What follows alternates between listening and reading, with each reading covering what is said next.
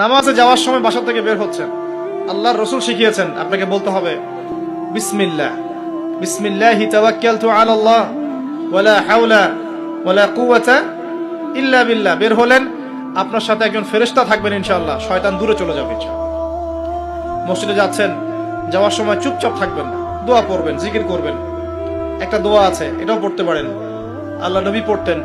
তিনি বলতেন আল্লাহুম্মা ইজআল ফি কলবি নূরা, হে আল্লাহ আমার কলবে নূর দাও, ওয়া ফি লিসানি নূরা, আমার লিসান বা জিহবায় জবানে তুমি নূর দাও, ওয়া ফি সামঈ নূরা, আমার শ্রবণ ইন্দ্রিয়তে নূর দাও, আলো দাও।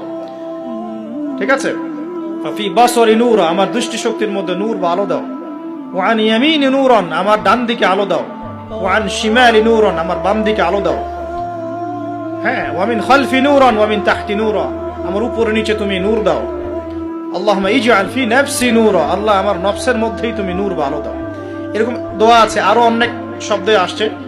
এটা ছোটটা বললাম, এটা বড় ভার্সনও আছে। এই দোয়াটা অনেক বড়, তো এই দোয়াটাও পড়তে পারেন। নূর বা আলো কার পক্ষ থেকে আসে?